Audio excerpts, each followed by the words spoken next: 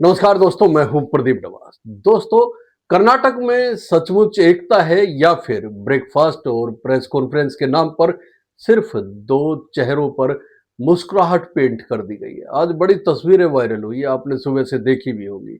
2.5 साल की कथित पावर शेयरिंग डील अगर अफवाह थी तो फिर डी के शिव कुमार के समर्थक क्यों बार बार सत्ता हस्तांतरण की मांग कर रहे थे। वो क्यों कह रहे थे कि डी के शिव कुमार को मुख्यमंत्री बनाया जाए, और अगर सब ठीक है तो कोई मतभेद नहीं है तो बार बार आला कमान जो कहेगा वही अंतिम फैसला होगा। ये वाला राग क्यों अलापा जा रहा था, ये बड़ा सवाल है और इस पे चर्चा करनी बेहद जरूरी है, क्योंकि कांग्रेस के पास अब गिने चुने राज्य बचे हुए हैं और उसमें भी अगर भीतरी फूट इस तरह से है तो सवाल तो उठता है। सवाल साफ है, क्या कांग्रेस हाईकमान कर्नाटक को बचा रहा है या फिर टाइम बाइंग हो रहा है, यानी कि समय खरीदा जा रहा है ताकि संकट फिलहाल के लिए दबा रहे और 2028 तक किसी तरह नैरेटिव संभाला जा सके। कर्नाटक के मुख्यमंत्री सिद्धारमैया और डिप्टी सीएम डी के शिव कुमार सुबह नाश्ते की टेबल पर मिले। बेहद दिलचस्प तस्वीरें सामने आई। इडली, वड़ा, सांबर, चटनी, सब कुछ मेनू में शामिल था और साथ में थी मुस्कुराती हुई तस्वीरें। और फिर दोनों एक साथ प्रेस कॉन्फ्रेंस में आए जहां स्क्रिप्टेड लाइनें दोहराई गई। जी हाँ, अंडरलाइन कर लीजिए जो मैं बोल रहा हूँ, स्क्रिप्टेड। हमारे बीच कोई मतभेद नहीं है, ना पहले था ना आगे होंगे। हम हाईकमान के वफादार सिपाही हैं। जो आला कमान कहेगा वही फैसला होगा। वही आला कमान जिस पर दोनों फैसले की गेंद डालकर खुद साफ सुथरी दिखाई देने वाली इमेज बना रहे हैं। लेकिन यहाँ पे एक बेहद दिलचस्प बात है दोस्तों, कि सिद्धारमैया का कैंप लगातार उस कथित 2.5 साल की डील को अफवाह बता रहा है। यानी कि कोई ऐसी डील हुई ही नहीं थी कि 2.5 साल सिद्धारमैया मुख्यमंत्री रहेंगे और 2.5 साल के बाद डी के शिव कुमार को मुख्यमंत्री बना दिया जाएगा। ये कोरी अफवाह बताई जा रही है सिद्धारमैया कैंप की ओर से, जबकि शिव कुमार खेमे के विधायक खुले तौर पर सत्ता उन्हें दिए जाने की मांग लेकर दिल्ली के चक्कर काट रहे हैं। ये सब जानते हैं दोस्तों, और जो टकराव पिछले दिनों देखने को मिला है उससे तो हाईकमान पर भी सवाल खड़े हुए थे। तो फिर जो चीज कभी हुई ही नहीं उसके आधार पर इतने दिन से बवाल क्यों मचा हुआ है, यही तो सवाल है असली। यहां से असली पॉलिटिक्स की पहेली शुरू होती है। एक तरफ सिद्धारमैया का साफ संकेत रहा कि वो पूरा 5 साल का कार्यकाल पूरा करना चाहते हैं। कैबिनेट फेरबदल और विस्तार की चर्चा भी इस दिशा में मैसेज देती हुई दिखाई दी कि हाईकमान अगर नए मंत्रियों को मौका देता है तो ये सिद्धारमैया के पूरे टर्म तक टिके रहने का इशारा होगा। कई सारी चीजें होती है राजनीति में जिसे समझना जरूरी होता है। और दूसरी तरफ शिव कुमार खेमे के लिए ये सबसे बड़ा खतरा भी हो सकता है, क्योंकि कैबिनेट विस्तार अगर उनके बिना नेतृत्व परिवर्तन के हो गया तो उनका अब मेरी बारी वाला तर्क कमजोर पड़ जाएगा। क्योंकि लगातार यही तो किया कहा जा रहा है कि सिद्धारमैया के बाद डी के शिव कुमार को 2.5 साल का कार्यकाल पूरा करना है। आप खुद सोचिए दोस्तों, अगर सब कुछ बिल्कुल सामान्य था तो दिल्ली में आला कमान को फोन करके दोनों को फटकारने और बुलाकर मतभेद सुलझाओ, सोशल मीडिया पर तंज कसना बंद करो जैसी हिदायतें देने की जरूरत क्यों पड़ी। ये सारी हिदायतें दी गई थी। क्या ये सामान्य बात है या स्थिर सरकार की तस्वीर लगती है, या फिर अंदरूनी खींचतान को अस्थायी रूप से पर्दे के पीछे धकेलने की कोशिश इसे क्यों ना कही जाए। अब यहाँ बीजेपी और जेडीएस की एंट्री होती है। विपक्ष लगातार इस पूरे ड्रामे को इंस्टेबिलिटी के नैरेटिव में बदलने की कोशिश करता हुआ नजर आ रहा है, और आपने देखा है कि किस तरह विपक्ष ने चुटकी भी ली है। अविश्वास प्रस्ताव लाने की धमकी दी गई। एआई वीडियो बनाकर डी के शिव कुमार को ऑनलाइन सीएम की कुर्सी खरीदते हुए दिखाना, फ्लोर टेस्ट की बात करना, ये सब सिर्फ मस्ती मजाक नहीं है दोस्तों। ये कांग्रेस के अंदरूनी घाव पर नमक रगड़ने की सोची समझी रणनीति कही जा सकती है और इसके लिए खुद कांग्रेस जिम्मेदार है जो इस तरह की स्थितियां उत्पन्न हुई है। बीजेपी को पता है कि संख्या बल अभी उसके हाथ में नहीं है, लेकिन पब्लिक परसेप्शन की लड़ाई में अगर वह ये साबित कर दे कि कांग्रेस की सरकार अंदर से टूट चुकी है, दो खेमों में बटी हुई है, तो 2028 की तैयारी आज से ही शुरू हो जाएगी। ये बीजेपी अच्छे से जानती है और आप लोग भी इसे समझ सकते हैं। तो दोस्तों, आप भी कमेंट करके बताइए, क्या आपको ये सरकार मजबूत नजर आ रही है या सिर्फ 140 बनाम 60-70 सीटों की दलील देकर अस्थिरता की बहस को दबाने की कोशिश की जा रही है? क्योंकि अस्थिरता तो कहीं ना कहीं दिखाई दे रही है पूरे बहुमत की, प्रचंड बहुमत की सरकार होने के बावजूद। अब जरा आला कमान की राजनीति समझिए दोस्तों। दिल्ली का हाईकमान बार बार एक ही लाइन दोहरा रहा है, अंतिम फैसला आला कमान का होगा।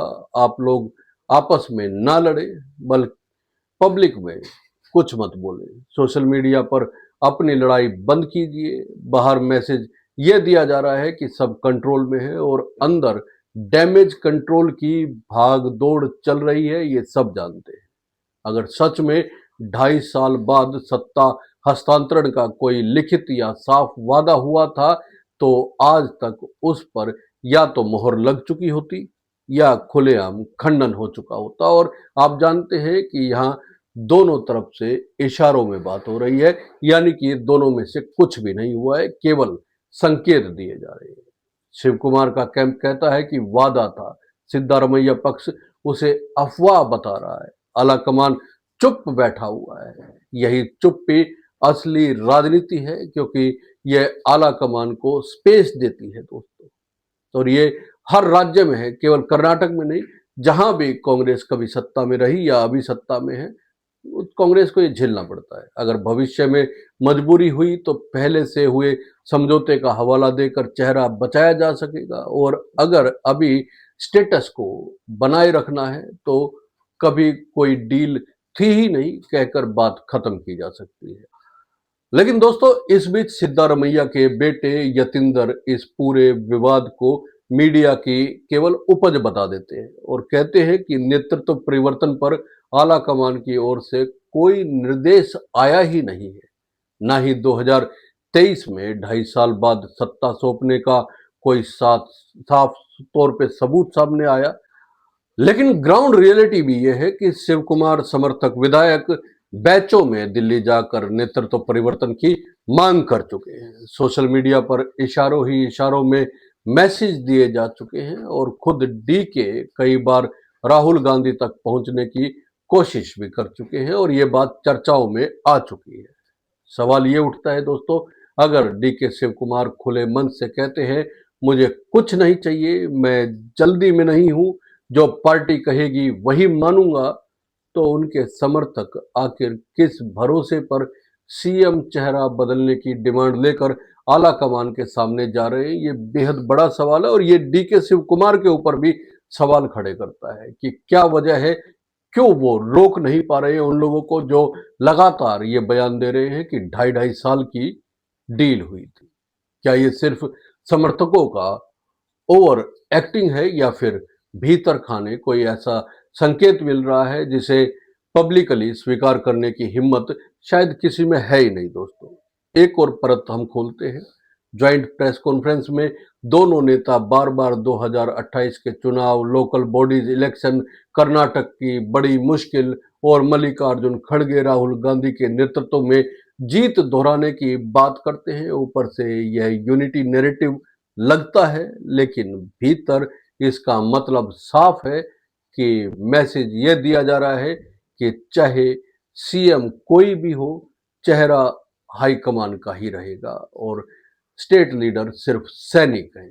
ये मैसेज शिव कुमार के लिए दोहरी तलवार कही जा सकती है। एक और वो खुद को वफादार सिपाही बताकर आला कमान को खुश करना चाहते हैं और दूसरी ओर उनका पूरा पॉलिटिकल करियर इस उम्मीद पर टिका हुआ है कि एक दिन वे कर्नाटक के निर्विवाद मुख्यमंत्री बनेंगे ही बनेंगे। और इसी उम्मीद में शायद उन्होंने आला कमान के भरोसे पे आज की ये प्रेस कॉन्फ्रेंस सिद्धारमैया के साथ की है। ऐसे में ये पूछना बिल्कुल जायज है दोस्तों, क्या आज की ये ब्रेकफास्ट डिप्लोमेसी सिर्फ टाइम बाइंग एक्सरसाइज है या शिव कुमार ने सच में अगले कुछ साल तक डिप्टी सीएम बने रहने का मन बना लिया है? दोस्तों, यहां हम आपसे एक सीधा सवाल पूछते हैं, आपको क्या लगता है, क्या डीके शिव कुमार सचमुच शांत हो गए हैं या आने वाले महीनों में यह खींचतान किसी नए रूप में सामने आएगी? क्या ये पूरा एपिसोड सिर्फ कैमरों के सामने एक डैमेज कंट्रोल शो था जिसके पीछे असली जंग अभी जारी है? कमेंट करके जरूर बताइए कि आपको किसकी पोजीशन ज्यादा मजबूत रखती है, सिद्धारमैया जो 5 साल का टर्म पूरा करने की जिद पर अड़े हैं, या शिव कुमार जिनके समर्थक मानते हैं कि आधे रास्ते पर कुर्सी बदली ही जानी चाहिए? फिलहाल तस्वीर यह है कि कांग्रेस हाईकमान ने दोनों को पब्लिकली एक कर दिया है। ब्रेकफास्ट मीटिंग हो गई, ज्वाइंट पीसी हो गई, कोई मतभेद नहीं की रट लगाई गई और 2028 के सपने दिखाकर फिलहाल शायद आग पर पानी डाल दिया गया है। लेकिन क्या ये आग वाकई में ठंडी हो चुकी है? आप कमेंट करके जरूर बताइए, आपका क्या मानना है। और अगर ये विश्लेषण आपको पसंद आया है, ये टिप्पणी आपको पसंद आई है, तो लाइक कीजिए, शेयर कीजिए और चैनल को सब्सक्राइब करना ना भूलें। जय हिंद, नमस्कार दोस्तों।